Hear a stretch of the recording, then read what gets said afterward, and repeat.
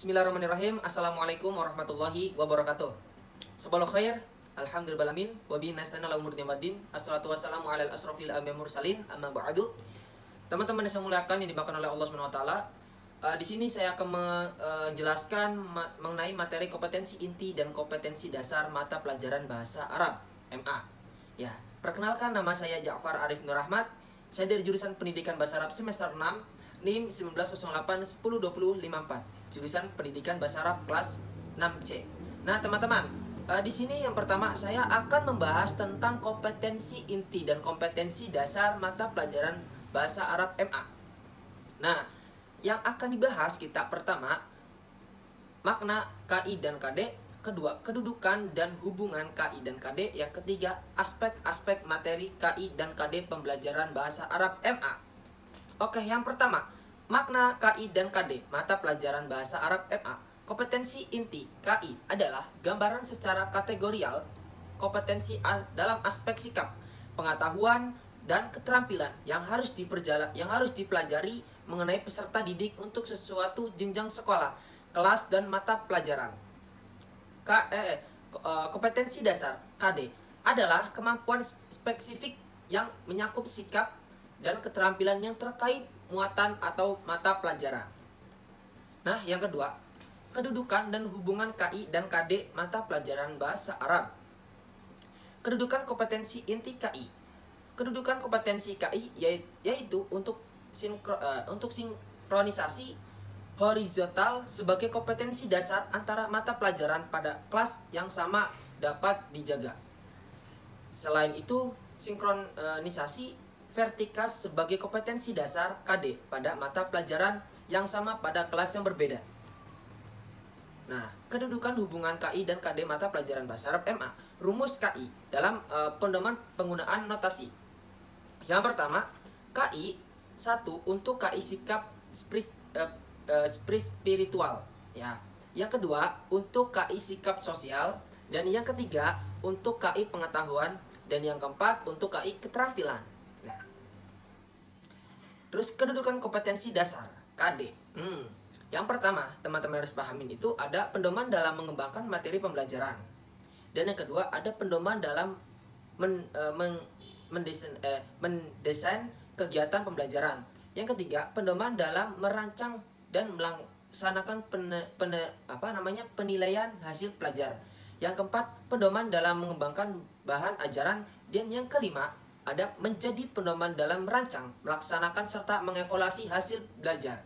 Nah, jadi teman-teman, setelah kita pelajar, setelah kita mengajar, itu kita ada evaluasi kecil-kecilan mengenai hasil belajar, hasil pembelajaran yang tadi telah dilaksanakan. Biar anak-anak itu paham apa enggak materi yang guru atau yang kalian udah terangkan. Lanjut ya teman-teman. Di sini ada hubungan. Nah, hubungan KI dan hubungan KD. Kompetensi inti merupakan kebutuhan dan kompetensi peserta didik. Sedangkan mata pelajaran adalah pasokan, kompetensi dasar yang akan diserahkan peserta didik melalui proses pembelajaran yang tepat. Jadi teman-teman.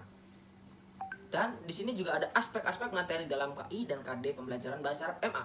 Kompetensi inti KI. Nah, yang pertama, menghayati dan mengamalkan ajaran agama yang dianutnya. Nah, itu teman-teman.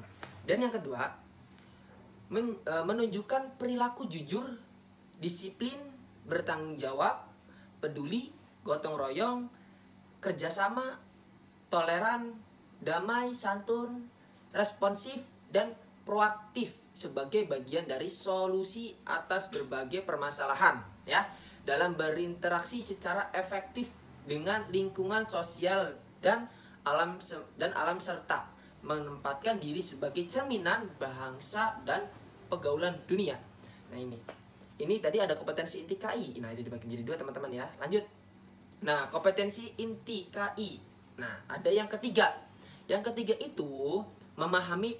Nah, pertama memahami, menerapkan dan menganalisis pengetahuan faktual, konseptual, prosedural, dan metakognitif berdasarkan teknologi seni budaya dan humaniora, kenegaraan dan beradaban terkaitan menyebab fenomena dan kejadian serta menerapkan pengetahuan Ya, pengetahuan apa teman-teman? Pengetahuan prosedural pada bidang kajian dan spesifik sesuai dengan bakat dan minatnya untuk memecahkan masalah.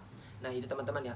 Terus mengolah ini yang keempat, mengolah, menalar, mengaji dan menciptakan dalam ranah kontrak dan ranah abstrak terkait dengan pengembangan dari yang pembelajarannya di kelas secara mandiri serta bertindakan secara efektif dan kreatif ya, dan mampu menggunakan metode sesuai kaidah ilmunya teman-teman. Cuma ada bab 2 al-isratu wal bait, aspek pengetahuan. Nah, yang pertama, memahami fungsi sosial atau struktur teks dan unsur kebahasaan, bunyi, kata, dan makna dari teks yang berkaitan dengan tema al-ido'ah, al-usrota, al-ija'ah, al-bait, al-usrota wal bait, yang melibatkan tindakan tutur menanyakan hubungan keluarga dan menyatakan keinginan.